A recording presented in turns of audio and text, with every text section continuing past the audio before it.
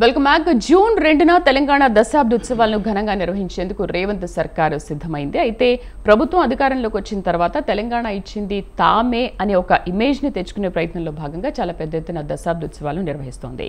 అయితే రెండు ప్రధాన నిర్ణయాలు ప్రభుత్వం తీసుకుంది. ఇందులో ఒకటి జాతీయ గీతం, అంటే రాష్ట్ర గీతం కొంచెం కొత్తగా అయితే దీనిపైన కొన్ని విమర్శలు వచ్చినప్పటికీ కూడా కొన్ని మార్పులు చేర్పులు చేసి కొంచెం కొత్తగా ఈ రాష్ట్ర గీతాన్ని మార్చి ముందుకు వెళ్తున్నారు. అయితే జూన్ 2న దీన్ని ఆవిష్కరించబోతున్నారు. అయితే రెండోది ఏంటంటే గత 10 ఏళ్లుగా అమల్లో ఉన్న రాజముద్ర, తెలంగాణ రాజముద్రను మార్చేసి మరో రాజముద్రను తీసుకొచ్చారు. అయితే చాలామంది మేధావులు, కళాకారులు అభిప్రాయాలు తీసుకున్న తర్వాతే దీన్ని మార్చాలని నిర్ణయించారు. కానీ ప్రతిపక్షాలు చేస్తున్న నిరసన వల్ల ఇది కాస్త వెనక్కి తగ్గింది. ప్రభుత్వం కూడా దీన్ని కాస్త ఆలోచించి మళ్ళీ తీసుకొస్తామని చెప్తోంది. అయితే జూన్ 2న మాత్రం ఈ రాష్ట్ర గీతం మాత్రమే అమల్లోకి వస్తుంది, ఆవిష్కరించనున్నారు. సో దీనిపైన ప్రతిపక్షాలు కూడా తీవ్ర నిరసన వ్యక్తం చేస్తున్నాయి. మరి ప్రభుత్వం దీనిపైన ఎటువంటి నిర్ణయం తీసుకోబోతుంది డిస్కస్ చేద్దాం. డిబేట్లో పార్టిసిపేట్ చేస్తున్నారు టీపీసీసీ రాష్ట్ర అధికార ప్రతినిధి డాక్టర్ గౌరీ సతీష్ గారు, అలాగే డాక్టర్ పల్నాడు వెంకటరెడ్డి గారు, బీజేపీ రాష్ట్ర నాయకులు మనకు జూమ్లో అందుబాటులో ఉన్నారు. మరి కాసేపట్లో విజయార్య క్షత్రియ గారు, బీఆర్ఎస్ రాష్ట్ర నాయకులు కూడా మనతో పాటు జాయిన్ అవుతారు.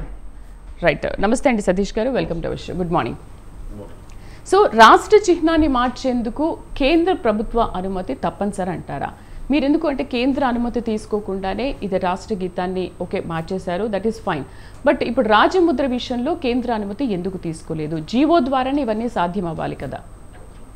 ముందుగా స్వతంత్ర టీవీ డిబేట్లో పాల్గొన్నటువంటి వారికి, స్వతంత్ర టీవీ ప్రేక్షకులకు, మీకు అందరికీ హృదయపూర్వకమైనటువంటి నమస్కారాలు తెలియజేస్తూ, ఏదైతే తెలంగాణ రాష్ట్రం ఏర్పడడానికి యావత్ తెలంగాణ రాష్ట్రంలో ఉన్నటువంటి సకల జనుల ఆకాంక్షల మేరకు ఏర్పడినటువంటి తెలంగాణ, సామాజిక తెలంగాణ పరిపాలన కొనసాగాలి, దానికి అనుగుణంగా మార్పులు ఉండాలనే ఉద్దేశంతో ప్రజాప్రభుత్వం ఏర్పడ్డ తర్వాత ఏదైతే ఆనాడు తెలంగాణ రాష్ట్రం ఏ విధంగా ఉండాలి, తెలంగాణ రాష్ట్రంలో పరిపాలన ఏ విధంగా కొనసాగాలనే ఉద్దేశంతో ఉవ్వెత్తున సకల జనులందరూ కూడా రొమ్ము విడిచి రోడ్డు మీదకి వచ్చి ఉద్యమం చేసిన తర్వాత స్వరాష్ట్రం ఏర్పడ్డది. దాన్ని ఇచ్చినటువంటి ఘనత కాంగ్రెస్ పార్టీ, యూపీఏ ప్రభుత్వాన్ని, అమ్మ సోనియమ్మని. సో దానిని తెలంగాణ ప్రజలకు సామాజిక తెలంగాణ కోణంలో ఏ విధంగా ప్రజెంట్ చేయాలనే ఉద్దేశంతో అందశ్రీ గారు రాసినటువంటి జయ తెలంగాణ గీతాన్ని 10 సంవత్సరాలు బీఆర్ఎస్ పార్టీ పరిపాలన కొనసాగించినప్పటికీ ఆ గీతాన్ని తరమరుగు చేసినటువంటి ఘనత వారికే దక్కింది. ఒకవేళ ఆ గీతాన్ని ఒక అఫీషియల్ గీతంగా, అధికారిక గీతంగా చేయలేకపోయారు కాబట్టి అది చేయవలసినటువంటి బాధ్యత తెలంగాణ రాష్ట్రాన్ని ఇచ్చినటువంటి పార్టీగా మాపైన ఉంది. కాబట్టి అది చేయడానికి గౌరవ ముఖ్యమంత్రి గారి ఆధ్వర్యంలో ఉన్నటువంటి ప్రజాప్రభుత్వం శాయశక్తుల ప్రయత్నం చేసి దాన్ని కొన్ని తుదిమెరుగులు దిద్ది, అంటే కొన్ని మార్పులు చేర్పులు చేసి తెలంగాణ ప్రజల యొక్క ఆకాంక్షల మేరకు ఏ విధంగానైతే తెలంగాణ ఈ విధంగా ఉండాలి, సామాజికంగా, ఆర్థికంగా అన్ని రంగాలలో మన యొక్క తెలంగాణ అంటే సామాజికమైనటువంటి పరిస్థితులను ప్రజెంట్ చేయాలనే ఉద్దేశంతో ఆ గీతాన్ని మన తెలంగాణ గీతంగా దాన్ని ఆవిష్కరించడానికి, ఏదైతే మనం కోరుకున్నటువంటి జూన్ 2న దాన్ని ఆవిర్భవించడానికి ప్రయత్నం చేయడం అనేది జరుగుతూ ఉంది. దాంతోపాటుగా ఏదో మీరు ఇందాకన్నా ఉన్నారో, ప్రతిపక్షాలు చేసినటువంటి ఆరోపణలకే వెనుకడిగేసి మేము వెనుక జరగమని సమంజసం కాదు. ఎందుకనంటే రాజముద్ర అనేది ఎక్కడైతే తెలంగాణ తల్లిని మనం చూసినట్టయితే ఆభరణాలు వేసుకున్నటువంటి పరిస్థితి మనం ప్రత్యక్షంగా చూసాం. ఎక్కడ కూడా ఒక తెలంగాణ సాయుధ పోరాటంలో పాల్గొన్నటువంటి చాకలి ఐలమ్మ కానీ, సామాజిక తెలంగాణలో పాల్గొన్నటువంటి మహానుభావులు ఎంతోమంది ఉన్నారు.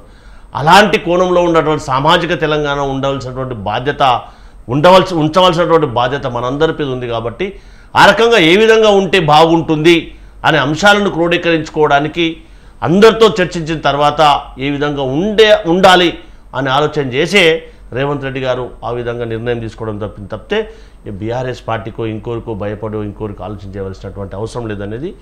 సతీష్ గారు అంటే అందరి అభిప్రాయాలు తీసుకున్నారు, బట్ అందరి అభిప్రాయాలు తీసుకున్నప్పుడు దీంట్లో మేధావులు, కళాకారులు చాలా మంది ఉన్నారు. ఇలాంటప్పుడు వీళ్ళు ఎప్పుడు మీకు ఈ డిస్కషన్లో ఎప్పుడు చెప్పలేదా దీనికి కేంద్ర అనుమతి కావాలి, ఒక జీవో కూడా కావాలి, జీవో ద్వారానే మనం వెళ్ళాలనే విషయాన్ని మీకు సజెస్ట్ చేయలేదు? ఎందుకంటే మీరు వాళ్ళని కూర్చోబెట్టుకుందే ఇవన్నీ డిస్కస్ చేయడానికి కదా, మరి ఈ అంశాన్ని ఎందుకు లేవనెత్తలేదు? ఇప్పుడైతే మనం ఆలోచన చేయాలి. కేంద్ర ప్రభుత్వం ఇప్పటి వరకు కూడా మన రాష్ట్రంలో 33 జిల్లాలు ఉన్నాయి. గెజెట్ ఇప్పటి వరకు కూడా లేదు టీఎస్కు. దాన్ని గెజెట్ ఉన్నటువంటి పరిస్థితి టీజీకి. దానికి అనుగుణంగానే మేము టీజీ అని తీసుకురావడం అనేది జరిగింది. దాంతో పాటుగా ఏదైతే తెలంగాణ రాష్ట్రంలో 33 జిల్లాలు ఉంటే 17 జిల్లాలకు మాత్రమే గెజెట్ ఉన్నటువంటి పరిస్థితి మనం ఒక్కసారి గుర్తు చేసుకోవాలి. సో రాష్ట్ర ప్రభుత్వానికి కొన్ని ప్రత్యేకమైనటువంటి అధికారాలు ఉన్నటువంటి వాటి దృష్ట్యా దానిని మేము ఒక అప్రూవల్ పొందిన తర్వాత మా క్యాబినెట్లో చర్చించిన తర్వాత ఖచ్చితంగా రాష్ట్ర ప్రభుత్వానికి ఉన్నటువంటి అధికారాల దృష్ట్యా ఖచ్చితంగా రాష్ట్ర పరిధిలో జీవో తీసుకొచ్చిన తర్వాత కేంద్రం యొక్క అనుమతి పొందడానికి అవకాశం ఉంటుంది అనేది మనం కూడా ఒక్కసారి ఆలోచన చేయాలి. అయితే రాజముద్ర అనేది కేంద్ర పరిధిలో కొంత అప్రూవల్ తీసుకోవాల్సిన అవసరం ఉంటుంది కాబట్టి రాష్ట్రంలో అసెంబ్లీలో చర్చించిన తర్వాత క్యాబినెట్లో డిసిజన్ తీసుకున్న తర్వాత అందరితోటి అంటే ఇక్కడ ఉద్యమంలో ఎందుకనంటే మిగతా రాష్ట్రాలకు మన రాష్ట్రానికి ఉన్నటువంటి పరిస్థితి ఏంటంటే ఇక్కడ కొట్లాడి తెచ్చుకున్నటువంటి తెలంగాణ రాష్ట్రంలో ఏమైనటువంటి ఏ విధమైనటువంటి నైసర్గిక విధానాలు ఇక్కడ ఉండాలి, ఏ విధమైనటువంటి చిహ్నాలు ఉండాలి అనే విధానాన్ని మనం ఆలోచించడానికి ఉద్యమంలో ప్రత్యక్షంగా ఎవరైతే పాల్గొన్నారో గత ప్రభుత్వం ఎవరైతే జై తెలంగాణ అన్న వాళ్ళని దూరం పెట్టి నై తెలంగాణ అన్న వాళ్ళని భుజాన్ని ఎక్కించుకొని పరిపాలన కొనసాగించదు, అలా జరగకూడదు అనే ఉద్దేశంతో వారి యొక్క సూచన సలహాలన్నీ కూడా ఒక క్రోడీకరణ చేసి వాటికి అనుగుణంగానే ఈ చిహ్నం ఉండాలనే ఉద్దేశంతో మాత్రమే దాన్ని క్రోడీకరించడానికి ప్రయత్నం జరిగింది తప్పితే ఎక్కడ ఎవరిని కూడా మనోవేదన గురి చేయకూడదు, ఎవరిని కూడా చిన్న చూపు చూడకూడదు అనేది కూడా ప్రభుత్వం ఆలోచన చేయడం అనేది జరిగింది అనేది మీ ద్వారా యావత్ తెలంగాణ సమాజానికి కూడా విజ్ఞప్తి చేస్తా ఉన్నాం. రైట్. నమస్తే పల్నాటి వెంకటరెడ్డి గారు. నమస్తే అండి. వెంకటరెడ్డి గారు, రాష్ట్ర గీతానికి లేని అభ్యంతరము రాజముద్రకి మాత్రమే ఎందుకు అభ్యంతరం తెలుపుతున్నారు? సరే, ఇప్పుడు ఇదంతా రాష్ట్రానికి సంబంధించింది, రాష్ట్రంలో వీళ్ళు ఏమైనా చేసుకోవచ్చు, బట్ కేంద్రం ఎందుకు దీంట్లో అభ్యంతరం వ్యక్తం చేస్తోంది? కేంద్రం అనుమతి అనేది కంపల్సరీ కావాలా? ముందుగా మీకు అలాగే స్వతంత్ర టీవీ ప్రేక్షకులకి ప్యానెల్ మిత్రులకి అందరికీ నమస్కారం. రాజముద్ర అనేది ముఖ్యంగా చెప్పాలంటే తెలంగాణ ఆకాంక్షలకి, ఆశయాలకి, అస్తిత్వానికి సంబంధించిన అంశం. దాంట్లో ప్రధానంగా మనం ఈ రాజముద్ర ఎప్పుడైతే డెసిషన్ తీసుకున్నారో రాష్ట్రం సిద్ధించిన తర్వాత అప్పుడే మరి కేసీఆర్ ప్రభుత్వం, బీఆర్ఎస్ పార్టీ కానీ ఆ టైంలో ఉన్నప్పుడు వీళ్ళందరినీ ఆల్ పార్టీ మీటింగ్ ఇన్వైట్ చేసి అందరినీ కూర్చోబెట్టి ఏ విధంగా మన తెలంగాణ రాష్ట్రం ఉండాలి, రేపొద్దున వచ్చే జనరేషన్స్ కి ఎలా ఉండాలి, ఏ విధంగా ఉంటే మన రాజముద్ర మరి నెక్స్ట్ 100 సంవత్సరాలు 100 సంవత్సరాలు ఎలా ఉండాలనే ఆలోచన చేసి ఉంటే బాగుండేది. ఈ పరిస్థితి వచ్చేది కాదు. అప్పట్లో ఎవరిని కూడా పిలవకుండా, ఏ పార్టీలను పిలవకుండా, పార్టీలకు అతీతంగా చేయకుండా మరి సొంతంగా అహంకారంతో చేసినట్టుగా కనపడతా ఉంది. అప్పట్లోనే మరి ఏ పార్టీని పిలిచి ఏ విధంగా ఉండాలనేది చేయలేదు. వాళ్ళు చేయకుండా మరి భావితరాలకి ఏం చెప్పేదామని ప్రతిసారి కూడా రాష్ట్ర ప్రభుత్వాలు మారినప్పుడల్లా మరి రాజముద్ర మార్చాలనా? అదే తెలంగాణ ప్రజలు కోరుకుంటున్నారా? తెలంగాణ ప్రజలకు ఏం కావాలని అడగరా? ఎవరిష్టం వాళ్ళే చేసుకుంటారా? ఇప్పుడు కాంగ్రెస్ ప్రభుత్వం వచ్చిన తర్వాత కూడా మరి ఈ విధంగా చేయడం అంటే ముందే తీసుకోవాలి, ఒపీనియన్ తీసుకోవాలి, తెలంగాణ ప్రజల ఒపీనియన్ తీసుకోవాలి, తర్వాత తెలంగాణ పార్టీల ఒపీనియన్ తీసుకోవాలి, తర్వాతనే తయారు చేయాలి. ఇది సొంత పార్టీ ఎజెండా కాదు. ఇది అందరి అంటే వాళ్ళ మార్క్ చూపించాలి కదా, ఆ ప్రభుత్వ హయాంలోని మార్కుని చూపించాలి కదా. మరి వాళ్ళ ప్రభుత్వ హయాంలో ఉన్నది ఎందుకు ఉంచుకుంటారు?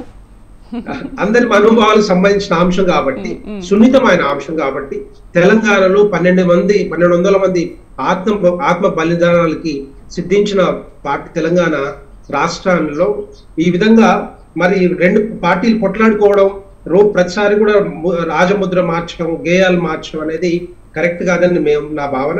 ఎందుకంటే ఒక్కసారి అందరిని కూర్చోబెట్టి పార్టీలకు అతీతంగా మరి ఒపీనియన్ తీసుకొని ఏ విధంగా ఉండాలని ఒక చర్చ జరిపిస్తే అది పర్మనెంట్ గా ఒక పర్మనెంట్ స్ట్రక్చర్, పర్మనెంట్ ఎంబ్లమ్ ఉండే అవకాశాలు ఉంటాయి.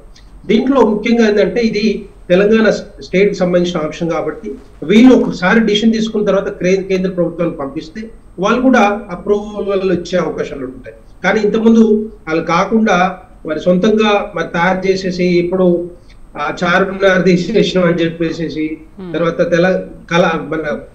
కళా పూర్ణం తీసేసినారని చెప్పి మళ్ళీ గోడలు పెట్టుకోవడం అనేది కరెక్ట్ కాదు. దీంట్లో వీళ్ళు అసలు చేయాల్సింది ఏంటంటే ఇది అంత ఇంపార్టెంట్ కాదు. ఇప్పుడు మనలో ఎన్నికలు అయిపోయినాయి, పార్లమెంట్ ఎన్నికలు అయిపోయినాయి. దీన్ని ముఖ్యంగా ఇప్పుడు వచ్చిన రాష్ట్ర ప్రభుత్వం, కాంగ్రెస్ ప్రభుత్వం ఏదైతుందో, రేవంత్ రెడ్డి గారు రేపు పొద్దున ధాన్యం సేకరణ, ఎరువుల సరఫరా, విత్తనాల సరఫరా, వాటి మీద కాన్సన్ట్రేట్ చేయాలి. ఇప్పుడు వర్షాలు పడతాయి, రేపొద్దున చాలా మంది మరి చాలా జిల్లాలలో విత్తనాలు లేవని చెప్పి గొడవలు, ఆల్రెడీ ధర్నాలు కూడా స్టార్ట్ అయినాయి. మరి విత్తనాలు లేవని, ఎరువుల సరఫరా సరిగా లేదని చెప్పి ధర్నాలు స్టార్ట్ అయినాయి. ధాన్యం సేకరణ కూడా సరిగా లేదు. వీటి మీద కాన్సన్ట్రేట్ చేసి రేపొద్దున, ఇది అంత అర్జెంట్ కాదు కదా, ఆల్రెడీ మనకి ఎంబ్లం ఉంది ఒకటి, మనకు రాజముద్ర ఒకటి ఆల్రెడీ ఉంది. దాన్ని ఇంకొక 1 year, ఇంకో 6 months తర్వాత ప్రజల నుంచి ఒపీనియన్ తీసుకొని చేయాలి. కానీ అభివృద్ధి మీద, సంక్షేమం మీద దృష్టి పెట్టకుండా జూన్ 2 మెయిన్ కదా, జూన్ 2 మెయిన్ కాబట్టి ఈ రోజే మనం ఆవిష్కరిస్తే బాగుంటుందని అనుకుంటున్నాం. మళ్ళీ జూన్ 2 మళ్ళీ వస్తుంది కదండి. అంటే ఇప్పుడు ప్రభుత్వం కొత్తగా వచ్చింది కదా, ప్రభుత్వం కొత్తగా వచ్చింది, ఆ ప్రభుత్వం తీరేంటో నిరూపించుకోవాలి కదా. సరే ఓకే, అసలు రాజముద్రని కానీ రాష్ట్ర గీతాన్ని మారిస్తే తప్పేంటి? అదే అంటే ఇప్పుడు ముఖ్యంగా చెప్పాలంటే ఫస్ట్ తప్పు చేసింది బీఆర్ఎస్ పార్టీ, కేసీఆర్. ఎందుకంటే ఎవరిని పిలవకుండా ఆయన ఇష్టం వచ్చినట్టు చేసి దాంట్లో ఏం పెట్టాలో తెలియకుండా ప్రజల నుంచి ఒపీనియన్ తీసుకోకుండా చేసింది ఫస్ట్ ముఖ్యంగా టిఆర్ఎస్ పార్టీ, కేసీఆర్ చేసిండు. ఆ తర్వాత దాన్ని కంటిన్యూ చేయండి, అయిపోయింది కదా ఒకసారి. అయిపోయిన తర్వాత కంటిన్యూ చేయకుండా మళ్ళీ మార్చడం అనేది కొంత సతీష్ గారు మార్చాలనుకుంటే మార్చండి, కానీ ఒపీనియన్ తీసుకోండి. ఒపీనియన్ తీసుకొని ఆల్ పార్టీ చేస్తే బాగుంటుంది. వారే చెప్తా ఉన్నారు. ఎందుకంటే ఏదైనా రాజకీయమైనటువంటి నిర్ణయం తీసుకునే ముందు ప్రజాస్వామ్య విధానంలో అన్ని రాజకీయ పార్టీలను పిలిచి చర్చలు జరిపిన తర్వాత నిర్ణయం చేయవలసినటువంటి అవసరం ఉండే, అది చేయలేదు అని చెప్పి. సో దాంతోపాటు కొట్లాడి తెచ్చుకున్నటువంటి తెలంగాణ రాష్ట్రంలో కనీసం తెలంగాణ ఉద్యమంలో పాల్గొన్నటువంటి ఉద్యమకారులను కూడా పిలిచి, ఎవరైతే ఫ్లోర్ ఫ్రంట్లో ఉన్నటువంటి వాళ్ళని కూడా కనీసం పిలిచి మాట్లాడి ఏం చేయాలని ఆలోచించలేదు అని అంటున్నారు. అందుకే ఇప్పటి వరకు కూడా, ఇప్పుడు స్టిల్ నౌ టుడే వరకు కూడా, ఆ రోజు తెలంగాణ ఉద్యమంలో ప్రాణాలు అర్పించినటువంటి విద్యార్థుల తల్లిదండ్రులు కానీ, విద్యార్థులు కానీ, అన్ని కుల సంఘాలు కానీ, సకల జనులు ఏం ఆశిస్తున్నారో దాన్ని ప్రతిబింబించవలసినటువంటి బాధ్యత అన్ని రాజకీయ పార్టీలపైన ఉంది కదా. అందుకోసం దాన్ని ప్రతిబింబించవలసినటువంటి బాధ్యత అధికారంలో ఉన్నటువంటి పార్టీ పైన ఉంది. కాబట్టి ఆ రకంగా చేయవలసినటువంటి గురుతరమైనటువంటి బాధ్యత అధికారంలో ఉన్న, మాకు అధికారం ఇచ్చారు కాబట్టి 10 సంవత్సరాల తర్వాత తెలంగాణ యొక్క అస్తిత్వాన్ని కోల్పోయినటువంటి ప్రజల యొక్క ఆకాంక్షల మేరకు మా పైన ఉంది కాబట్టి చేయవలసిన ధర్మం మా మీద ఉంది కదా. అదే కదా మేము చేస్తున్నది. ఇందాక వారు చెప్పినట్టుగా అదే కదా వాస్తవం. ఆ రకంగా చేయవలసిన ధర్మం మా మీద ఉంది కదా. సో వారు చేయలేదు, కానీ తెలంగాణ ప్రజల యొక్క ఆకాంక్షల మేరకు ఏదైతే వారు ఆశించారో, ఏది కోరి తెచ్చుకున్నటువంటి మన తెలంగాణ రాష్ట్రంలో నిధులు, నీళ్లు, నియామకాలు, సామాజికంగా ఏ విధంగా తెలంగాణ, సామాజిక తెలంగాణ ఉండాలి అంటే 1969 నుంచి 2014 వరకు ఏ విధంగా మనం కొట్లాడి సాధించుకున్నామో తెలంగాణను, మిగతా రాష్ట్రాలు వేరు, భాషా ప్రాతిపదికన కానీ ప్రాంతాల వారికి కానీ ఏ విధంగా ఏర్పడాయో మనది అట్లా కాదు కదా. విలువైనటువంటి ప్రాణాలను త్యాగం చేసి తెచ్చుకున్నాం కదా. అలాంటిది ఏ విధంగా నిర్మాణం ఉండాలని కూడా ఆలోచించవలసిన బాధ్యత మన మీద ఉంది కదా. అందుకే మన ప్రజాప్రభుత్వం చేయవలసినటువంటి మా మీద ఉంది కాబట్టి ఆ రకంగా ఆలోచన చేయడం అనేది జరుగుతాం. అమరుల స్తూపం పెట్టారు 100 దాన్ని ఇంకా ఏదైతే మోనోగ్రామ్ ఉందో దాన్ని ఇంకా ఫైనలైజ్ కాలేదు కాబట్టి దాని గురించి చర్చించడం అనేది ఇప్పటికీ సమంజసం. ఎందుకంటే దానికి అసెంబ్లీలో చర్చిస్తామని చెప్తున్నాం. తప్పకుండా అన్ని రాజకీయ పార్టీలు నిన్ననే ఒక విషయం గీతాల గురించి మాట్లాడడం అనేది జరిగింది. నేను కూడా చర్చల్లో ఉన్నా కాబట్టి దాంతోపాటుగా అసెంబ్లీలో మోనోగ్రామ్ ఏ విధంగా ఉండాలి, దానికి ఏ అంశాలు ఉండాలి అనేది కూడా స్పష్టంగా అన్ని రాజకీయ పార్టీలతోటి 1 by 1 చర్చించడం జరుగుతుంది. దానికి కూడా అన్ని ఏ విధంగా భవిష్యత్తులో, ఇప్పుడైతే మనం 100 సంవత్సరాలు ఉండవలసినటువంటి మోనోగ్రామ్ కాబట్టి ఎక్కడ కూడా ఎలాంటి విమర్శలు రావద్దనేది మా యొక్క భావన. రైట్, మనతో పాటు విజయార్య క్షత్రియ గారు బీఆర్ఎస్ రాష్ట్ర నాయకులు జాయిన్ అయ్యారు. నమస్తే అండి, welcome to our show. So ఏంటి అసలు మీరు ఇంత నిరసనలు వ్యక్తం చేసినప్పటికీ కూడా దశాబ్దోత్సవాలకు సీఎం మీకు కూడా ఆహ్వానం పంపించారు రావాల్సిందిగా కేసీఆర్కి, మరి వెళ్తున్నారా ఏంటి?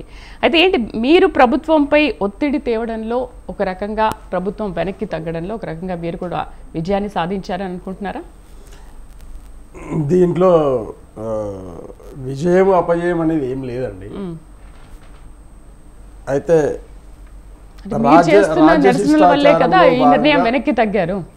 రాజ్య శిష్టాచారంలో భాగంగా ప్రధాన ప్రతిపక్షం 39 మంది ఎమ్మెల్యేలు ఉన్నారు కాబట్టి పిలవాల్సిందే, దాంట్లో ఏం ప్రత్యేకత ఏం లేదు, పిలవకపోతే ప్రత్యేకత.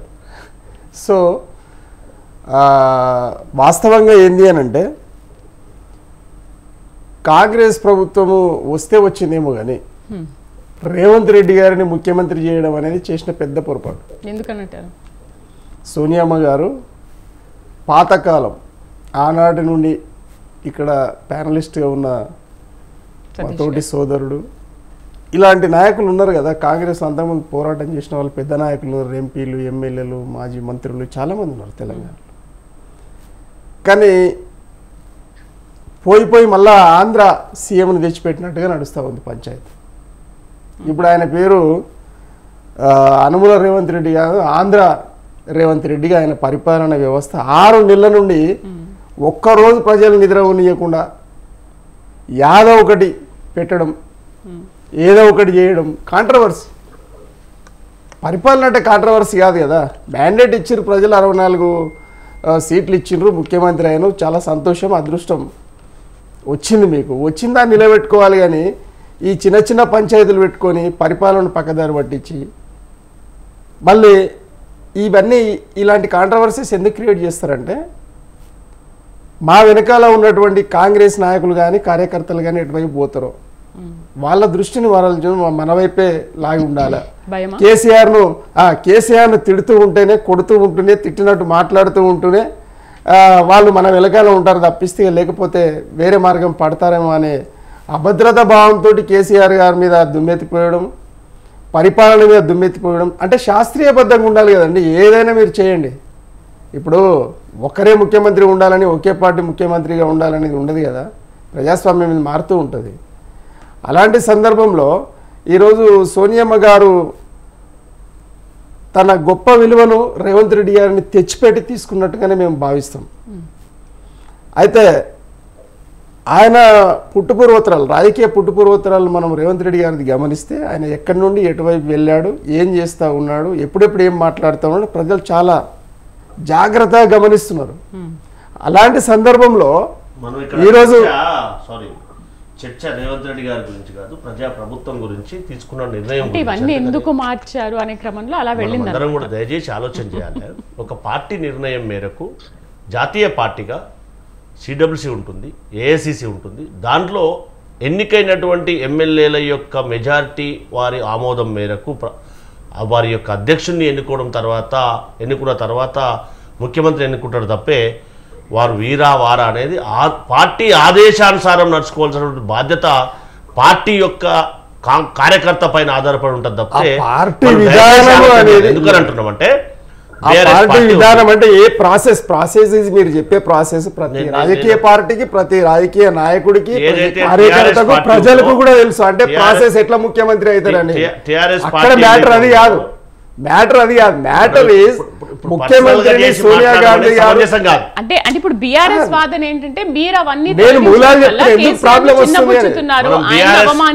బీఆర్ఎస్ పార్టీ మూలాలు చెప్తే బీఆర్ఎస్ పార్టీ కాదు అసలు. ఎందుకు కాదంటే తెలంగాణ రాష్ట్ర సమితి పేరుతోటి మనం ప్రజల్లోకి వెళ్ళిన తర్వాత మా విజయ్కి బాగా తెలుసు. ఎందుకు బాగా తెలుసు అంటే ఆయన ఒక బహుజనవాదంతో నాయకుడిగా ఎదిగినటువంటి నాయకుడు కాబట్టి, మా మిత్రుడు కాబట్టి. టీఆర్ఎస్ పార్టీ ఏ విధంగా ఉంది, ఏ విధంగా అధికారంలోకి వచ్చింది, ఏం పేరు చెప్పి ఇప్పుడు రాజకీయం చేస్తుందో మనం అందరికీ కూడా బాగా తెలుసు. యావత్ సమాజానికి అంతా కూడా బాగా తెలుసు. అది ఇప్పుడు అసందర్భం కదా. మనం ఎవరైతే పర్సనల్గా డిస్కస్ చేస్తూ ఉన్నామో టీఆర్ఎస్ పార్టీలో అప్పుడు జై తెలంగాణ అని చెప్పి అత్యంత విలువైనటువంటి ప్రాణాలు త్యాగం చేసినటువంటి ఒక చిన్న ఎగ్జాంపుల్ చెప్తా. శ్రీకాంత్ చారి వాళ్ళ తల్లి ఉంది శంకరమ్మ గారు. కనీసం ఏమన్నాడు కూడా గౌరవించలేదు. దాంతోపాటు తెలంగాణ ఉద్యమాన్ని భుజాన ఎత్తుకున్నటువంటి కోదండరామ్ గారు కానీ, దాంతోపాటు పనిచేసినటువంటి అద్దంకి దయాకర్ గారు కానీ, దాంతోపాటు పనిచేసినటువంటి మన అరగోపాల్ గారు కానీ, దాంతోపాటు పనిచేసినటువంటి చుక్కా రామయ్య గారు కానీ, దాంతోపాటు పనిచేసినటువంటి గాలి వినోద్ గారు కానీ, వాళ్ళు చాలామంది ప్రతి ప్రొఫెసర్లో వరంగల్లో ఒక వెంకటనారాయణ గారు కానీ చాలామంది ఉన్నారు. ఒకరు పేరు చెప్పుకుంటూ పోతే ఇంకోరు ఫీల్ అయ్యే అవకాశం ఉంటుంది. కాబట్టి అలాంటి వారిని ఇప్పుడు కూడా గౌరవించినటువంటి గుర్తించినటువంటి దాఖలాలు లేవు కదా. కనీసం ఒక చిన్న ఎగ్జాంపుల్ చెప్తాను నేను. కనీసం ముఖ్యమంత్రిని కలవడానికి, ప్రజాయుద్ధ నౌక గద్దర్ గారిని కలవడానికి కూడా ముఖం చాటేసినటువంటి మాజీ ముఖ్యమంత్రి గారండి కేసీఆర్ గారు. సో దాని గురించి మాట్లాడడం ఇప్పుడు సందర్భమా? దయచేసి ఒక్కసారి వాస్తవాన్ని ఆలోచించాలి కదా. సో ఆ వాస్తవాన్ని మర్చిపోయి మాట్లాడితే ఎంతవరకు సమంజసమండి? ఒక వాస్తవమా కాదా? ఆ రోజు ఖమ్మంలో సిలైన్ రూపంలో వాళ్ళు మన జ్యూస్ తాగారా లేదా? దాని తర్వాత తెలంగాణ నడిబొడ్డులో ఉస్మాన్ యూనివర్సిటీలో గద్దర్ గజ్జగట్టి ఉద్యమాన్ని పైకి లేపారా లేదా? అది వాస్తవాన్ని మనం ఒప్పుకోవాలి కదా. ఆయన జీవితాన్ని త్యాగం చేసిండు కదా, మనం వాస్తవాన్ని వాస్తవంగా చూడాలి. రైట్ విజయ్ గారు, నిజంగా మీరు అంతమంది ఆత్మ బలిదానాలు చేసుకున్న స్టూడెంట్స్ విషయంలో మీరు ఇవ్వని గుర్తింపు కాంగ్రెస్ ప్రభుత్వం ఇస్తే ఎందుకంత మండిపాటు? మరి మీరు ఇవ్వాల్సింది కదా. మీరు నిజంగా మీరు కనుక ఒకవేళ ఆ లోగోలో అమరస్తూపం పెట్టి ఉంటే కనుక వీళ్ళు అభ్యంతరం చెప్పేవాళ్ళు కాదు. సో వీళ్ళు వాళ్ళకి వాల్యూ ఇస్తున్నారు కాబట్టి ఈరోజు అమరస్తూపం పెట్టుకున్నారు. ఇప్పుడు సోదరులు చెప్పినట్టు బహుజన వాదులు అనే వాళ్ళకే సరి అయిన నొప్పి తెలుస్తుంది కాబట్టి ఈ మూడు పార్టీలకు సంబంధించినటువంటి సినారియో A to Z మాకు తెలిసిందే, ఇది కొత్త ఏం కాదు. అయితే ఇక్కడ పంచాయతీ ఏంటంటే వాళ్ళ అత్తమ్మ సోనియా గాంధీ గారి అత్తమ్మ ఇందిరాగాంధీ గారు ఒకవేళ ఆనాడే ఇచ్చినంటే మనకు 1969, 71, 72 మధ్యలోనే ఆల్రెడీ తెలంగాణ ప్రజాసమితి పోరాటం చేసింది. ఇక్కడ ఉన్నటువంటి పార్లమెంటు స్థానాలకు 16 స్థానాలకు గాను పోటీ చేసింది. పోటీ చేసిన దానిలో 10 స్థానాలను గెలిచింది. గెలిచిన తర్వాత తెలంగాణ ఇయ్యమని చెప్పేసి దాని మీదనే గెలవడం జరిగింది. ఆనాడే ఇచ్చినట్టు అసలు ఈ 1300 మంది చనిపోయేవారు కాదు కదా, ఒకటి ఫస్ట్ పాయింట్. రెండవది, ఈ 1300 మంది బలిదానాలు ఇచ్చిన తర్వాత తెలంగాణ ఇస్తే ఇచ్చినట కాదు కదా. అంటే ఒక్క వ్యక్తి కూడా, పౌరుడు కూడా చనిపోకుండా ఇస్తే ఇచ్చినట్టు. అంటే 1300 మంది చనిపోయిన తర్వాత మళ్ళీ ఇక్కడ అగాధం ఏర్పడుతుందని భయభ్రాంతులకు గురైపోయినటువంటి సోనియమ్మ గారు చివరికంటే కారణం ఖచ్చితంగా కాంగ్రెస్ 100% కాంగ్రెస్. గత కాలంలో 10 సంవత్సరాలు మరి ఏలినటువంటి ఆంధ్ర ప్రాంత పాలకులు ఎవరు, చంద్రబాబు నాయుడు గారు. అలాగే మరి కాంగ్రెస్ అంటే ఇక ఏముంది, రాజశేఖర రెడ్డి గారు, ఆయన మరి 6 సంవత్సరాలు ఆయన చేసిన 5.5 చిల్లర అన్నట్టు. అంటే మనం అనేది ఏంటంటే తెలంగాణ ఉద్యమానికి మూలాలు ఏంది, 1940 నుండి పట్టుకొని మనం మూలాలకు వెళ్ళాలి. మూలాలకు వెళ్ళంది ఇప్పుడు మీద కనిపిస్తే అట్లా కాదు కదా. విలన్ ఎవరు? విలను అనేదే కాంగ్రెస్. భారతదేశానికి కావచ్చు, తెలంగాణకు కావచ్చు, ఇంకెక్కడైనా కావచ్చు, విలన్ అనేది కాంగ్రెస్. ఆ విలన్తో పోరాటం ఎవరు చేశారు? బహుజనవాదులు పోరాటం చేసి ఆ బహుజనవాదమే తెలంగాణ వాదంగా రూపాంతరం చెందిన తర్వాత దానికి నాయకుడు లేడు, దానికి నాయకుడే లేడు. కేసీఆర్ గారు కూడా తెలుగుదేశంలో ఉన్నారు కదా, ఇదైతే వాస్తవం కదా. కానీ మరి నాయకత్వం లేదు కదా అని ఆయన తలంచి రీసెర్చ్ చేసి నేను దీన్ని పట్టుకోకపోతే, ఒక తెలంగాణ బిడ్డగా నేను పట్టుకోకపోతే తెలంగాణ రాదు, ఇది తెలంగాణ వచ్చుడా నేను చచ్చుడా అనే ఉద్దేశంతో ఆయన తనకు తాను ప్రతిజ్ఞ తీసుకొని ముందుకు ఒంటరిగానే వెళ్ళిన తర్వాత ఎన్నో రకాలుగా, అంటే దాన్ని రాజకీయ ఉద్యమం మలిచిన రోజు తెలంగాణ వస్తుంది, కానీ ఏదో కుల ఉద్యమము, ప్రాంతీయ ఉద్యమం కాదు కదా, రాజకీయ ఉద్యమంగా మలచాలి. ఇచ్చింది ఎవరు? తెలంగాణని ఇచ్చింది ఎవరు? కాంగ్రెస్ ప్రభుత్వమే కదా. ఇచ్చింది ఎవరు అంటే 1300 మంది ఇచ్చినట్టు. ఇక్కడ 1300 మంది బలిదానాలు మాకు తెలంగాణ ఇచ్చినట్టు. కానీ సోనియమ్మలో ఇంకో ఆమె సహకరించేందుకు మేము కృతజ్ఞులం. మీరే చెప్తున్నారు వాళ్ళ వల్ల వచ్చింది, నేను చెప్పండి వాళ్ళ వల్ల వచ్చిందని 1300 మంది తెలంగాణ మర్చిపోయినట్టు సకుటుంబ సమేతంగా సాపంతి భోజనం చేసి వీరి పార్టీ అధ్యక్షుల వారు తెలంగాణ ఇచ్చిన తల్లి అసెంబ్లీ సాక్షిగా చెప్పిండ్రు. ఢిల్లీలో కూడా సాపంతి భోజనం చేసి తెలంగాణ ఇచ్చినందుకు ధన్యవాదాలు చెప్పి పార్లమెంట్ సాక్షిగా ఇప్పటి కూడా అసెంబ్లీలో చెప్పినటువంటి మాటలు పార్లమెంట్ సాక్షిగా వాళ్ళు పార్లమెంట్లో లేనప్పటికీ కూడా అప్పుడున్నటువంటి 2 పార్లమెంట్ సభ్యులు విజయశాంతి గారు, కేసీఆర్ గారు పార్లమెంట్ లేనప్పటికీ కూడా కాంగ్రెస్ పార్టీ నుంచి ప్రాతినిధ్యం వహిస్తున్నటువంటి మా కాంగ్రెస్ పార్టీ అంజన్ కుమార్ యాదవ్ గారు కానీ, వివేక్ గారు కానీ, పొన్నం ప్రభాకర్ గారు కానీ, మధు యాస్కి గౌడ్ గారు కానీ, సురేష్ షెట్కర్ గారు కానీ, రాజయ్య గారు కానీ, మా మహబూబాద్ నుంచి కాంటాక్ట్ చేసినటువంటి మన బలరాం నాయక్ గారు కానీ, వీరు ఏం చేసిర్రో ఒకసారి చరిత్ర చూస్తే, పార్లమెంటు క్లిప్పింగ్ చూస్తే మనందరికీ కూడా మనం ఏం మాట్లాడినా వాస్తవాలు తెలిసే అవకాశం ఉంటాయి. ఎవరు పిడిగుద్దులు గుద్ది ఎవరి కండ్లకు పెప్పర్ స్ప్రే పడి ప్రాణాలను సైతం లెక్క చేయకుండా అడ్డొడి దాన్ని కాపాడినరో ఒక్కసారి మనం అందరం ఆలోచన చేయాలి. దాంతోపాటుగా ఇప్పుడు వీరైతే విజయ్ గారు చెప్తా ఉన్నారో, ఏదైతే తెలంగాణ రాష్ట్రాన్ని ఎవరు అవునన్నా కాదన్నా ఇచ్చింది సోనియమ్మనే, కాంగ్రెస్ పార్టీ అని చెప్పి కేసీఆర్ గారు కానీ మిగతా ఉద్యమ నాయకులందరూ ఒప్పుకుంటారా లేదా? ఏదైనా ఆకాంక్ష నెరవేర్చడానికి ఆకాంక్ష ఉండడం వేరు, ఆకాంక్షను చట్టరూపంగా దాల్చవలసినటువంటి బాధ్యత ఏదైతే అధికారంలో ఉన్నటువంటి రాజకీయ పార్టీ పైన ఉంటుందా లేదా? ఎవరైనా ఏదైనా ఉద్యమం చేసినప్పుడు ఆ ఉద్యమాన్ని గుర్తించి దానికి కావలసినటువంటి ప్రక్రియ చేపట్టవలసినటువంటి అవసరం, బాధ్యత ఆ అధికారంలో ఉన్నటువంటి రాజకీయ పార్టీ పైన ఉంటుందనేది మనం అందరం కూడా ఆలోచన చేయాలి. దాంతోపాటు ఒక్కసారి గుర్తుపెట్టుకోవాలి, కాకినాడలో భారతీయ జనతా పార్టీ 1 ఓటు 2 రాష్ట్రాలు అని చెప్పి తీర్మానం చేసినప్పటికీ కూడా, అప్పుడు మిగతా రాష్ట్రాలను దేశంలో విభజించినప్పటికీ కూడా మన తెలంగాణ రాష్ట్రాన్ని ఎందుకు వేయలేదో మనం అందరం కూడా ఆలోచన చేయాలి. తర్వాత ఉద్యమానికి వచ్చినటువంటి అనూహ్యమైనటువంటి స్పందనను బట్టి సుష్మా స్వరాజ్ గారు కూడా ఖచ్చితంగా తెలంగాణ రాష్ట్ర ఏర్పాటు కోసం వారు సహకరించారు. ఎవరు అవునన్నా కాదన్నా వాస్తవం. సో మరి ఇప్పుడున్నటువంటి మోడీ గారు ఏం చేశారు, బిడ్డను చంపి తల్లిని చంపి బిడ్డను వేరు చేశారని కూడా పార్లమెంట్ సాక్షి కూడా ప్రస్తావించారు. ఇవన్నీ వాస్తవాలు కాదా? సో ఇవన్నీ గురించి ఆలోచన చేస్తే తెలంగాణ రాష్ట్రాన్ని ఎవరు అవునన్నా కాదన్నా ఇచ్చింది కాంగ్రెస్ పార్టీ, ఇచ్చింది సోనియమ్మ. ఎన్ని మాటలు చెప్పినా ఎంతసేపు చెప్పినా ఇది వాస్తవం. కాబట్టి దాన్ని మనం గుర్తుపెట్టుకోవాల్సినటువంటి బాధ్యత మన అందరి మీద ఉంది. దానికి అనుగుణంగానే మనం పరిపాలన కొనసాగించాల్సిన బాధ్యత కూడా. సోనియమ్మ గారు ఇచ్చిండ్రు అని మీరు అంటున్నారు కదా, ఒప్పుకుందాం. బట్ ఆమె ఇచ్చేలాగా చేసింది ఎవరు అనేది కూడా ఇక్కడ వాస్తవమే కదా. అన్నప్పుడు కాలికి గజ్జ కట్టుకొని భారతదేశం అంతా తిరిగి అన్ని పార్టీల అధ్యక్షుల దగ్గరికి కేసీఆర్ గారు వెళ్ళి వాళ్ళ కడుపులో తలబెట్టి కాళ్ళు మొక్కి మీరు తెలంగాణకు మరి ఇవ్వాలని చెప్పి ప్రభుత్వంలో ఉన్నటువంటి సోనియా గాంధీ గారికి మీరు ప్రతిపాదనలు పంపండి దయచేసి తెలంగాణ ప్రజల పక్షానని చెప్పి ఆయన అన్ని కష్టాలు పడ్డది ఆయన, కానీ దాంట్లో ఉన్నటువంటి ఎంపీలు కారు కదా, దాంట్లో ఉన్నటువంటి ఎమ్మెల్యేలు కాదు కదా. మీ పదవులు ఎక్కడ పోతాయి వినండి, మీ పదవులు ఎక్కడ పోతాయి అంటే సోనియమ్మకు వ్యతిరేకంగా మాట్లాడితే, అధిష్టానానికి వ్యతిరేకంగా మాట్లాడితే మా పదవులు ఎక్కడ పుడతాయనో భయాందోళనతో మీరున్నమాట వాస్తవంగా. దాన్ని ఒప్పుకోవాలి కదా. ప్రజలు పోరాటం చేసిండ్రు, ప్రజలకు నాయకత్వం కేసీఆర్ గారు వహించిండ్రు. కేసీఆర్ గారు చేసింది ఏంది అనడము అంటే ఇదెంత వాస్తవం, మీరు దాన్ని ఒప్పుకుంటున్నారు అన్నప్పుడు మరి దీన్ని కూడా ఒప్పుకోవాలి కదా. వాస్తవాలుగానే ఒప్పుకోవాలి. ఇప్పుడు తెలంగాణ ఇచ్చింది కాంగ్రెస్ బీఆర్ఎస్ అని చెప్పుకుంటున్నారు.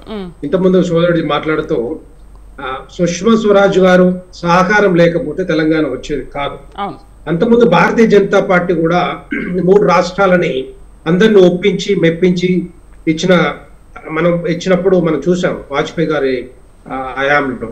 మరి ఇప్పుడు కూడా ఈ తెలంగాణ రాష్ట్రం ఏ విధంగా సిద్ధించాలంటే అందరిని ఒప్పించి మెప్పించి తేవాలి, కానీ ఇట్లా కాదు అని చెప్పి మోడీ గారు ఒక మాట చెప్పారు. అంటే కొట్లాటల మధ్యలో తెలంగాణ తెచ్చుకోవద్దు, అందరిని ఒప్పించి మెప్పించి తెచ్చుకోవాలని ఆ మాట చెప్పారు. అంతేగాని తల్లిని చంపి బిడ్డని బతికిచ్చినట్టు అట్లా కాదు. ఆ విధంగా అది కరెక్ట్ కాదని చెప్పి దాన్ని నేను ఖండిస్తా ఉన్నాను. ఎందుకంటే తెలంగాణ ఏ రాష్ట్రం సిద్ధించినా కూడా, ఏ రాష్ట్రం సాధించినా కూడా, ఏ రాష్ట్రం వచ్చినా కూడా తెలంగాణ ప్రజలు బాగుపడాలి, తెలంగాణ ప్రజల మధ్యలో వైరం ఉండొద్దు నాకు ఆలోచనతోటి, మంచి మనసుతోటి మంచి ఆలోచనతోటి చెప్తారు తప్పితే ఏది కూడా మధ్యలో సిచ్చు పెట్టకుండా అభివృద్ధి మీద సంక్షేమం మీద కాన్సన్ట్రేట్ చేసుకుంటూ చేయటం అనేది మోడీ గారి తత్వం. కాబట్టి అది కరెక్ట్ కాదు. ఈ వీళ్ళ మధ్యలో బేసిక్ గా ఏంటంటే ముఖ్యంగా నేననేది ఏంటంటే, ఇప్పుడు అంతకుముందు బీఆర్ఎస్ ప్రభుత్వం వచ్చింది, మనం తెలంగాణ రాష్ట్రాన్ని కోరుకున్నది 3 అంశాల గురించి: నిధులు, ఉద్యోగాలు, తర్వాత మనకి అభివృద్ధి గురించి, నిధులు నియామకాల గురించి. అయితే ఈ అన్ని కూడా పక్కదారి పట్టించి లక్షల కోట్ల అప్పు తెచ్చి కాళేశ్వరాన్ని కూడా కట్టి మరి 7 లక్షల అప్పు ఇప్పుడు దగ్గర తెలంగాణ ప్రజల ఎత్తి మీద పెట్టింది బీఆర్ఎస్ పార్టీ, కేసీఆర్. ఇవన్నీ కాకుండా మళ్ళీ ఇప్పుడు రాజముద్ర మీద డిస్కషన్ పెట్టుకొని రాజముద్ర ఏ విధంగా చేయాలనేది 2 పార్టీలు కొట్లాడుకుంటున్నాయి. అంటే తెలంగాణ ప్రజలందరూ గమనిస్తారు. ఎందుకంటే ఇది తెలంగాణ ప్రజలు ఇమ్మీడియట్ గా అడగట్లేదు. ఇప్పుడే మీరు కూడా దీనిపైన నిరసన వ్యక్తం చేస్తున్నారు కదా, అంటే ఇక్కడ కాకతీయ తోరణం తొలగింపు పైన అంటే మీకున్న అభ్యంతరం ఏంటి రాజముద్రలో? ఇప్పుడు దీంట్లో అభ్యంతరం ఏమి లేదు చెప్పాలంటే. ఇప్పుడు ప్రస్తుతానికి నేననేది ఏంటంటే, భారతీయ జనతా పార్టీ కూడా మరి ఇప్పటివరకు అయితే ఆల్ పార్టీ మీటింగ్ ఏం పిలవలేదు. మా భారతీయ జనతా పార్టీని కూడా ఎక్కడగా ఇన్వైట్ చేసినట్టు కనపడలేదు. సో ఒకవేళ ఇన్వైట్ చేసి ఉంటే తప్పకుండా మా పార్టీ స్టాండ్ ఏందో మేము చెప్తాం, ఏ విధంగా ఉండాలనేది మేము చెప్తాం. దానికంటే ముందుగా తెలంగాణ ప్రజల నుంచి ఒపీనియన్ తీసుకోవాలి, వాళ్ళ అభిప్రాయాలు తీసుకోవాలి, పార్టీల అభిప్రాయాలు తీసుకోవాలి. తర్వాత దాని మీద కసరత్తు చేయాలి, కన్సెన్సస్ తీసుకురావాలి, ఏ విధంగా ఉండాలనేది అప్పుడు తీసుకొస్తే బాగుండేది ఆలోచన. రెండవది, ఇప్పుడు కేసీఆర్ చేసిన ప్రభుత్వ వైఫల్యాలు మొత్తం కూడా అవి కప్పిపుచ్చినట్టు ఇప్పుడు నిరసన తెలపడం ఏంటి నాకు అర్థం కాదు.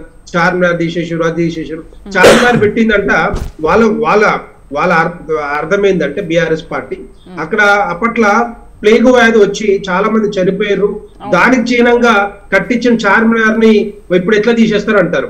కానీ ఒక్కసారి అదే గమనించాలి తెలంగాణ ప్రజలు, ఎవరన్నా ప్లేగు వ్యాధి వచ్చినప్పుడు చిహ్నంగా చార్మినార్ కట్టిస్తారండి?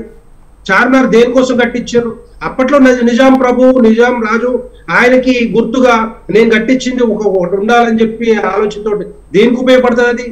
ఇప్పుడు ప్లేగు వ్యాధికి హాస్పిటల్స్ ఉండాలి, డాక్టర్స్ ఉండాలి, మందులు ఉండాలి, వాటిని పెంచాలి తప్పితే ఈ చైనంగా చార్మినార్ కట్టించి మరి దీంట్లో రాజముద్రలు పెట్టడం ఏంది అనేది ఒక తెలంగాణ ప్రజల నుంచి వస్తున్న అభిప్రాయం. సో ఇట్లాంటిది కాకుండా ఒకటి మంచి మన తెలంగాణ అస్తిత్వానికి ఏ విధంగా బాగుంటది అనేది, ఏ విధంగా ఉంటే బాగుంటది అనేది అది కనుక్కొని అది వెంకటరెడ్డి గారు 400 సంవత్సరాల చరిత్ర కలిగిన చార్మినార్ గురించి మీరు అంత చిన్నగా మాట్లాడుతూ ఉన్నారు. మనకు ఊరూరికో గుడి ఉంది, రోజు పొద్దుగాల పోయి మొత్తం 4 గంటలకు లేచి. అంటే ఇప్పుడు అయోధ్య మనకు అవసరం ఉండేనా అని ఒక ప్రశ్న ప్రజలకి టేషరానికి ఏం చెప్తారండి? ఒక మాట మీరు చెప్పండి. అందరికీ అంటే వాళ్ళ అస్తిత్వాలు కొన్నిటి మీద ఆధారపడి ఉంటాయి, వాటిని గుర్తించాలి కదా మనము. దాంట్లో చార్మినార్ పెట్టడానికి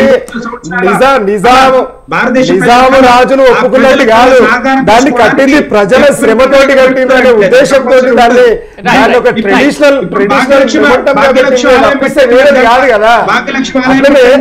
అట్లనే వరంగల్కి సంబంధించి రామప్పది ఉంది. అంటే దాంట్లో ఎంత లయబద్ధంగా అక్కడ హిందువులు, ఇక్కడ ఏదే ముస్లింలకు సంబంధించినటువంటి భావజాలం ఒకటి, రెండు కూడా కట్టింది ప్రజలు. అక్కడ ధనము ప్రజలు, రూపశిల్పం కూడా ప్రజలండి. నిజాం వచ్చి దాన్ని పెట్టి చేసింది ఏం లేదు, అర్థమైంది కదా. కాకతీయులు కూడా చేసింది ఏం లేదు, రాజులు ఏం చేయరండి, డిజైన్ చేసి. కానీ కష్టపడ్డది డిజైనర్స్ ప్రజలే. మీరు చూడండి ఇప్పుడు మన దేవాలయాల డిజైన్ ఎవరు వాళ్ళని కూడా పెట్టుకోవాలి, మనం అందరినీ పెట్టుకోవాల్సి వస్తుంది. ఇప్పుడు ఎవరెవరు ఏం చేశారో వాళ్ళందరూ ఫోటోలు పెట్టుకోవాలి, వాళ్ళందరూ ఎగ్జాక్ట్లీ 100% మీ మాటతో నేను ఏకీభవిస్తా. ఎందుకంటే నేను కూడా పౌరుణ్ణి కాబట్టి అది నాకు ఉండాల్సిందే, నేను దాంతో ఏకీభవిస్తా. అంటే మనం అనేది ఏంటంటే అదొక మెమొంటం. అంటే తెలంగాణ అని అంటే ప్రత్యేకంగా ఒక 2 గుర్తులు పెడితే సరిపోతుందనే ఉద్దేశంతో ఆనాడు అందరితోటి ఏది కవులు ఉద్యమమే కవులు కళాకారులు చేసిండ్రు, విద్యార్థులు చేసిండ్రు, అవును కదా. దాంట్లో మేటీలైనటువంటి వాళ్ళతోటి కూర్చున్న తర్వాత నిర్ణయం చేసిందే కానీ కేసీఆర్ గారు ఇంట్లో కూర్చొని సంతకం పెట్టింది కాదు. అది మీరు దాన్ని గమనించాలి. ఇప్పుడు మనం ఒక వ్యక్తిని కానీ ఒక వ్యవస్థను వ్యతిరేకిస్తున్నప్పుడు శాస్త్రీయబద్ధంగా ఆలోచన చేసి చెప్తే బాగుంటుంది. ఓకే సతీష్ గారు, సో ఇవన్నీ పక్కన పెడితే ఇప్పుడు ప్రపంచవ్యాప్తంగా హైదరాబాద్ అనగానే అందరికీ గుర్తొచ్చేది చార్మినార్. అంటే మీరు చార్మినార్ని తొలగిస్తున్నారు అంటే హైదరాబాద్ వాసుల్ని అవమానించడమే అని చెప్పేసి నిన్న బీఆర్ఎస్ నేతలు అందరూ వెళ్ళి కూడా అక్కడ ధర్నా చేశారు. మరి ఎందుకు చార్మినార్ని తొలగించాల్సి వస్తుంది? ఒకటి మీరంతా మనమంతా గుర్తుపెట్టుకోవాల్సింది ఏంటంటే, ఎవరో హైదరాబాదును తలమానికం చార్మినార్ అనేది మనందరికి తెలుసు, మా పార్టీకి కూడా తెలుసు, మా పార్టీలో ఉన్న పెద్దలకు తెలుసు, మనందరికి కూడా తెలుసు. చార్మినార్ను తొలగిస్తున్నామా లేదా అనేది ఎప్పుడైతే అసెంబ్లీలో చర్చ పెట్టిన తర్వాత అన్ని రాజకీయ పార్టీల ప్రతినిధులు అందులో చర్చలో పాల్గొన్న తర్వాత తెలంగాణ ఉద్యమంలో పాల్గొన్నటువంటి ఉద్యమకారులు, మేధావులు, కవులు అందరితో చర్చించిన తర్వాత తెలంగాణ రాష్ట్రం యొక్క ప్రతిబింబం ఏ విధంగా ప్రతిబింబించగలుగుతుంది, అభివృద్ధికి నాందిగా ఏ విధంగా సింహం ఇది ముద్ర ఉంటే బాగుంటుంది, ఈ చిహ్నం ఉంటే మనం ప్రతిబింబించే అవకాశం ఉంటుందని చర్చించడానికే గౌరవ క్యాబినెట్ అంటే ముఖ్యమంత్రి గారి సారథ్యంలో ఉన్నటువంటి క్యాబినెట్ దాన్ని వాయిదా వేయడం జరిగింది. దాన్ని చర్చించినంత మాత్రాన మేము చార్మినార్ తీసేస్తున్నాం, వరంగల్ తోరణాన్ని కట్టేస్తున్నాం, లేదా కొత్తది కడుతున్నాం, పాతది తీసేస్తున్నాం అనేది సమంజసం కాదు. ఏదైతే సోషల్ మీడియాలో వచ్చినటువంటి కథనాలు కూడా మనం ప్రతి ఒక్కసారి మనం అందరం ఒక్కసారి ఆలోచన చేయండి. మీరు పెడతారా తీస్తారా ఏందనేది టైం డిసైడ్ చేస్తుంది. కానీ మనం వాస్తవానికి గ్రహించాల్సింది ఏంటంటే హైదరాబాద్ ప్రజల యొక్క మనోభావాలను కూడా గౌరవించినటువంటి బాధ్యత మా ప్రజాప్రభుత్వం పైన ఉంది. అందరి యొక్క మనోభావాలను ప్రతిబింబించే విధంగా చిహ్నం ఉండే అవకాశం ఉంటుంది, అంతేగాని ఎవరిని కూడా అగౌరవపరిచే విధంగా ఉండదు. దాంతో పాటుగా అంటే రామప్ప తోరణం ఉంటే బాగుంటుంది, చాలా సంతోషం, కానీ చార్మినార్ ఉండదు. చాలా, ఎందుకంటే మోదీ గారు అంటే బడేమియా చోటేమియా ఇద్దరు కలిసి చేస్తున్న నాటకం ఇదంతా. పర్సనల్ గా క్రిటిసైజ్ చేయడం అనేది సమంజసంగా, సరే బడేమియా చోటేమియా అనేది ఎవరు నల్ల చట్టాలు తెచ్చినప్పుడు ఎవరు సపోర్ట్ చేసిండ్రు, ఎవరు త్రిపుల్ తలాక్కు సపోర్ట్ చేసిరు అనేది యావత్ భారతదేశం అంతా తెలుసు, తెలంగాణ సమాజానికి కూడా మరీ బాగా తెలుసు. సో అన్ని విషయాలను చర్చిస్తే ఈ సందర్భంగా సో అది ఏదేమైనప్పటికీ కూడా అల్టిమేట్గా తెలంగాణ రాష్ట్రంలో 10 సంవత్సరాల క్రితం జరిగినటువంటి 10 సంవత్సరాలు జరిగినటువంటి విధ్వంసం ఏదైతే ఉందో ఆర్థికంగా సామాజికంగా అన్ని రంగాలుగా దీన్ని స్ట్రెంథన్ చేయవలసినటువంటి నిర్మాణం చేయాల్సినటువంటి బాధ్యత 1940 కాదండి, కాంగ్రెస్ పుట్టినప్పటి నుంచి ఆంగ్లేయులతోటి కలిసి విధ్వంసం భారతదేశాన్ని చేసింది కాంగ్రెస్ పార్టీ. ఇక విధ్వంసం గురించి మాట్లాడితే చెప్పాలి, ఈ భారతదేశంలో పేదలకు భూములు వంచింది ఎవరు, బ్యాంకులను జాతీయం చేసింది ఎవరు, పెద్ద పెద్ద ప్రాజెక్టులు కట్టింది ఎవరు, బిహెచ్ఎల్ కట్టింది ఎవరు, ఐడిపిఎల్ కట్టింది ఎవరు? వీళ్ళు కట్టారా? ఒక్కటనే కట్టారా? ఒక్కటి కట్టారు. తెలంగాణ రాష్ట్ర ప్రజల సొమ్మునంతా దోచిపెట్టి కాళేశ్వరం కడితే ఎంత రాధాంతమైందండి, ఎంత రాధాంతమవుతుందండి? ఒక్కసారి మనం ఆలోచన చేయాలి కదా వాస్తవాన్ని. ఏదో మాట్లాడినంత మాత్రాన అది వాస్తవం అయితే దాగదు కదా. ప్రజల బ్రతుకులేనటువంటి కాంగ్రెస్ పార్టీ ఈ ప్రపంచంలో రాబోయే భవిష్యత్తులో యుద్ధాలు రాబోతున్నాయి. దాన్ని గ్రహించినటువంటి కేసీఆర్ గారు అసలు దాని మూలం అది కాళేశ్వరం కానీ ఇన్ని మొత్తం బ్యారేజెస్ అంటే ఆంధ్ర పరిపాలనలో మొత్తం నీళ్ళన్నీ ఆంధ్రకు కన్వర్ట్ అవుతున్న సందర్భంలో తెలంగాణ నుండి పోరాటం చేసిన వాళ్ళు ఎంతమంది అనేది ఇక మీరు వెంకన్న గారికి తెలుసు, వెంకటరెడ్డి గారికి తెలుసు. అంటే ఒక యోధుడిగా పోరాటం చేసి ఆయన ఒక పెద్ద కాళేశ్వరాన్ని ఒక భగీరథ ప్రయత్నం చేసి తీసుకొస్తే కూడా అరే మీరు ఇంత అన్యాయంగా మాట్లాడితే ఇక ఎట్లా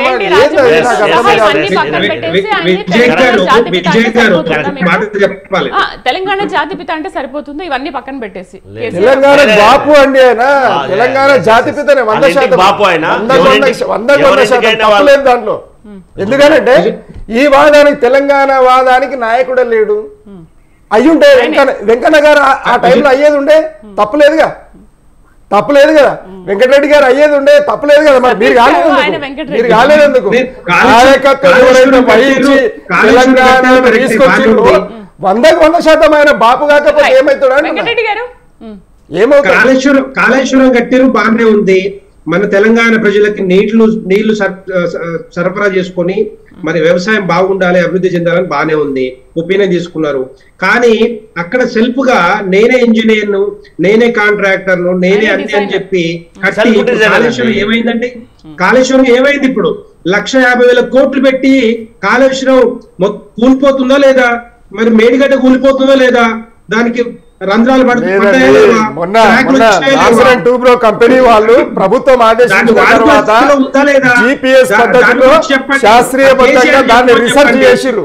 దాంట్లో 7వ నంబర్ పిల్లర్ మాత్రమే కొద్దిగా తొలికింది, దాని కింద బుర్రబడ్డదని అంత పెద్దది కదా, ఒక 4 మనుషులు ఉంది, ఎన్నో బస్తాలు. కాళేశ్వరం డిజైన్ చేంజ్ చేసి ఒక చేవెళ్ళ ప్రాంత వాసిగా దాన్ని సమర్థించడం తప్పు. ఎందుకంటే బాబాసాహెబ్ చేవెళ్ళ ప్రాణహిత చేవెళ్ళ ప్రాజెక్టు కడితే మహబూబ్ నగర్, రంగారెడ్డి ప్రాంతాలన్నీ కూడా సస్యశ్యామలం అయ్యేటివి.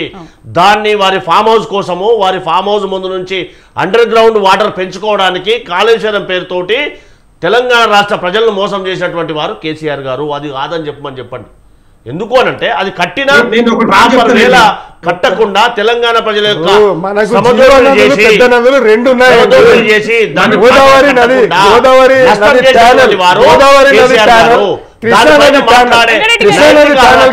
పార్టీ వాళ్ళకు లేదు.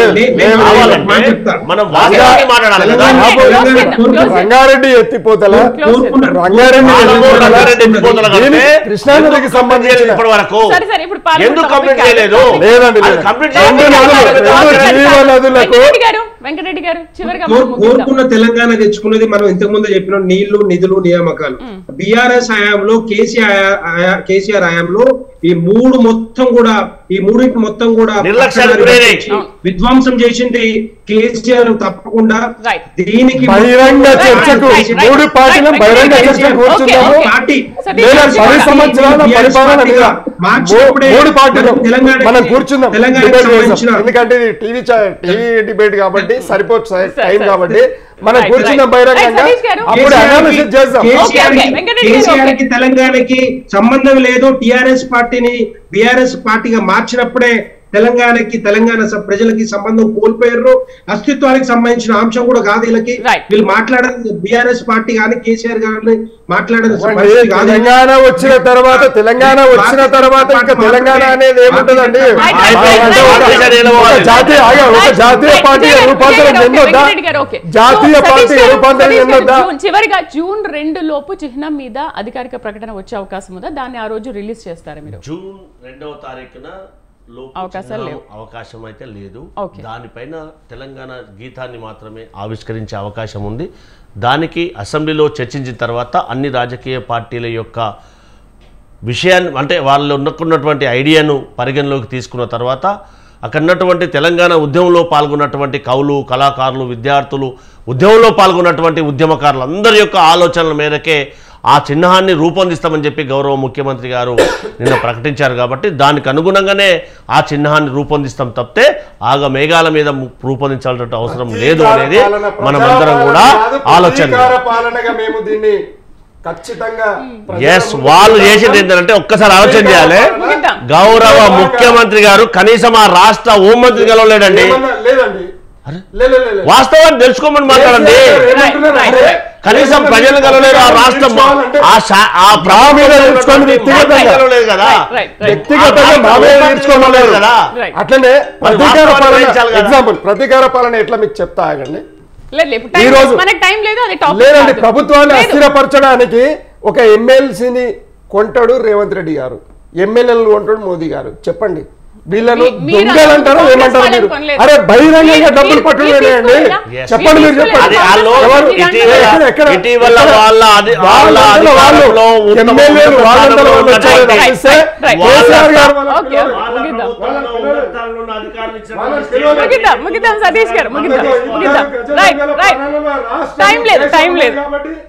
ప్రజల పక్షాన్ని నిలబడతాం, డిబేట్ లో ఉన్నప్పుడు దయచేసి కొన్ని పదాలు వాడకూడదు. అది దయచేసి ఆలోచన చేయాలి. డిబేట్ లో పార్టిసిపేట్ చేసినందుకు గౌరీ సతీష్ గారికి, విజయ్ గారికి, అలాగే పల్నాడు వెంకటరెడ్డి గారికి థ్యాంక్ యూ అండి. Thank you very much debate లో పార్టిసిపేట్ చేసినందుకు. మొత్తానికి జూన్ 2న రాష్ట్ర గీతం మాత్రమే ఆవిష్కరణ కానుంది. రాజముద్ర పైన ఇంకా అసెంబ్లీలో మరోసారి చర్చించి దీనిపైన నిర్ణయం తీసుకుంటున్నారు. ఇది వాళ్ళ న్యూస్ కేఫ్ విత్ శ్రీదేవి. రేపటి న్యూస్ కేఫ్ లో మళ్ళీ కలుద్దాం. Stay with us.